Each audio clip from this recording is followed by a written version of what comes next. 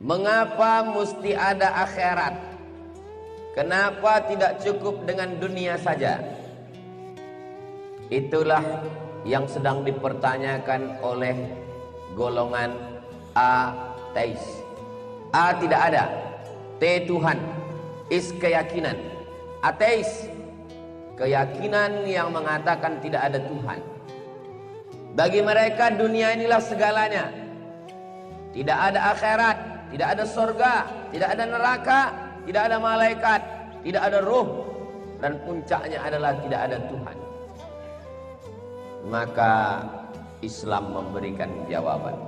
Kenapa mesti ada akhirat? Orang yang paling kaya yaitu Qarun. Maka bagi Qarun dunia inilah segalanya. Tapi setelah Islam datang, dunia tidak ada apa-apanya. Dunia hanyalah satu tetes tangan yang dicelupkan. Jari engkau celupkan di tengah samudera yang luas, lalu tarik ujung jarimu.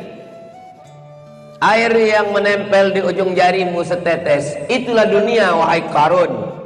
Sedangkan alam semesta, lautan, samudra, itulah akhirat. Dunia tak ada apa-apanya. Dengan meyakini ada akhirat, orang yang kaya raya hilang keangkuhan dan kesombongannya. Kalau tidak ada akhirat, maka mereka akan mengatakan, akulah segalanya. Tapi ketika Islam mengajarkan ada akhirat, mala a'yunun ra'at, belum pernah dilihat mata, wala uzunun sami'at, belum pernah didengar telinga, wala khatara ala qalbi bashar, belum pernah terlintas di hati manusia. Bersimpuh sujudlah Utsman ibnu Affan yang kaya raya, Sa'ad bin Rabi' konglomerat. Begitu juga dengan sahabat-sahabat Nabi, Abu Talhah, Abu Dihdah. Ternyata apa yang saya diterima di dunia ini hanya setengah sayap nyamuk. Begitulah cara Allah menghilangkan keangkuhan, menghilangkan kesombongan. Orang kalau sudah terlalu tinggi jabatan, maka akhirnya dia akan meratakan bahwa dialah segalanya. Puncaknya dia akan berkata, a ilahun ghairi, adakah Tuhan selain aku? 400 tahun berkuasa, namanya Namrud, lebih hebat dari Fir'aun. Puncaknya Namrud berkata, a ilahun ghairi, adakah Tuhan selain aku? Karena dia tidak meyakini ada akhirat. Islam datang. Wahai penguasa-penguasa, kalian yang berkata bahwa kalian yang hebat di atas dunia, maka sesungguhnya kalian akan mati. Kalaupun kalian berkuasa, itu titipan Allah. Tu'izzu man tasha, Allah mengangkat setinggi-tingginya. Wa tuzillu man tasha, Allah menjatuhkan sehina-hinanya. Akhirnya Namrud yang berkata, tidak ada Tuhan selain aku, adakah yang lebih berkuasa selain aku? Allah mematikannya dengan sangat hina. Innallaha la yastahi ay yaqriba mathalan ma ba'udatan fama fawqaha. Allah tidak malu menciptakan seekor nyamuk. Nyamuk itu terbang masuk ke dalam hidung, masuk ke dalam telinga Namrud, menembus otaknya, menggigit otak kepalanya. Dia pukul kepalanya tidak hilang, dia hantukkan ke dinding, dia pukul dengan palu godam, akhirnya mati dalam keadaan terhina. Adakah yang lebih hebat dari Fir'aun? Sampai hari ini peninggalannya masuk dalam salah satu dari 7 keajaiban dunia. Dia berkata, tidak ada Tuhan selain aku. Ana rabbukumul a'la, aku adalah Tuhan kamu, kata Fir'aun. Falamma adrakahul gharaq, matinya juga menyakitkan. Kita tidak sanggup minum air garam, asin, kering di tenggorokan. Fir'aun bukan hanya sekedar terteran air garam. Air garam itu masuk ke dalam paru-parunya. Bayangkan sakitnya paru-paru diisi air garam. Ketika mumi ditemukan, Tidak mungkin ada air masuk ke paru-paru, karena Allah sudah menciptakan mekanisme tubuh yang begitu indah.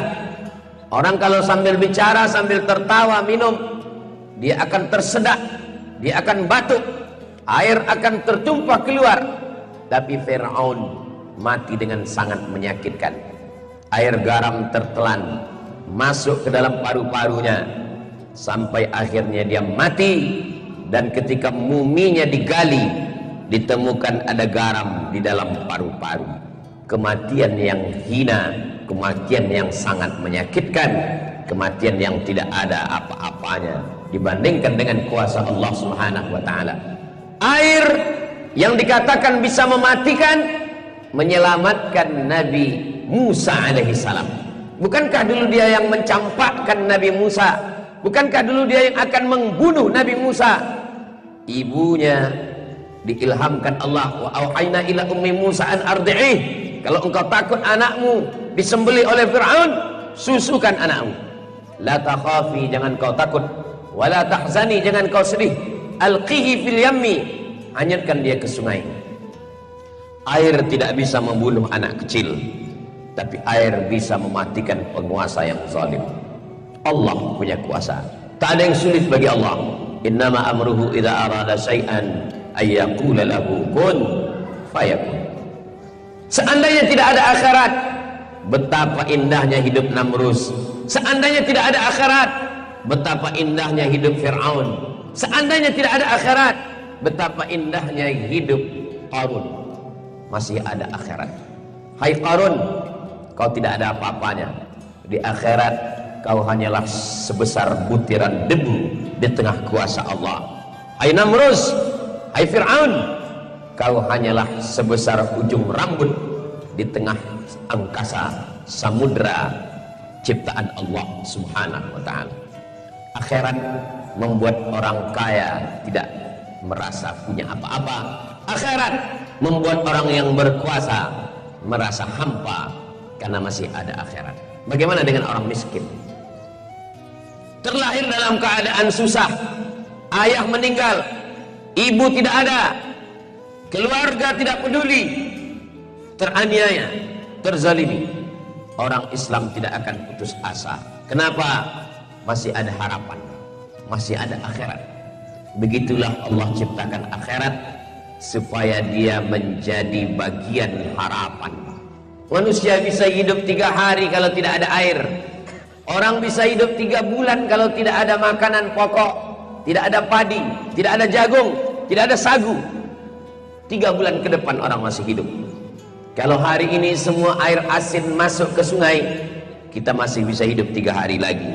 Hari Sabtu, hari Ahad, hari Senin dunia ini baru kosong. Tapi kalau orang sudah tidak ada harapan, dia akan putus asa, dia akan bunuh diri. Angka kematian bunuh diri tertinggi di dunia bukan di Afrika, bukan di Asia, bukan di Indonesia. Angka bunuh diri tertinggi di Amerika, di Eropa, di Jepang, di Korea. Mengapa bunuh diri? Tidak ada harapan. Pegawai stres, ditekan atasan. Karyawan-karyawan dianggap tidak punya masa depan. Tapi dalam Islam, penggali kabel optik dari mulai jam 6 pagi menggali tanah sampai tenggelam matahari, gaji yang diharapkan hanya 50.000. Sampai masa gajian, gajinya pun diambil oleh pemborong, oleh orang kaya, oleh mandor. Dia tetap tersenyum. Kenapa? Masih ada akhirat. Di akhirat nanti baru nampak siapa yang berkuasa. Itu dia ucapkan 17 kali sehari semalam. Subuh 2 kali, zuhur 4 kali, asar 4 kali, maghrib 3 kali, isya 4 kali. Ditambah lagi dengan salat duha, qabliyah, ba'diyah, tahajud. Malik yaumiddin. Malik, engkau yang memiliki yaumiddin, hari pembalasan, hari akhirat. Hai orang zalim, hai orang yang memakan gaji karyawan, hai orang yang tidak mau berzakat, hai orang yang tidak peduli kepada fakir miskin, Malik yaumiddin, ada akhirat. dunia ini hanya sekejap sementara. Umur umat Nabi Muhammad sallallahu alaihi wasallam baina sittin wa sab'in, antara 60 tahun sampai 70 tahun. Tapi akhirat khalidina fiha abada, kekal selama-lamanya. Begitulah Allah menciptakan ada akhirat, supaya yang hidup jangan putus asa, supaya yang kaya jangan bangga, supaya yang punya kuasa jangan semena-mena, supaya yang susah jangan berkeluh kesah. Yang susah tetap bisa tersenyum, karena sesusah-susahnya di dunia masih ada harapan bahagia di akhirat. Yang kaya tidak boleh semena-mena, karena nanti akan dituntut di hadapan Allah. Faman ya'mal mithqala dzarratin khairan yarah. Sebesar biji sawi, sebesar ujung rambut, sebesar tapak kaki semut yang hitam, akan dituntut, diminta tanggung jawab di hadapan Allah Subhanahu wa ta'ala. Itulah mengapa salah satu rukun iman antuk minabillah, beriman kepada Allah, wa malaikatihi, beriman kepada malaikat, wa rusulihi, beriman kepada rasul-rasul,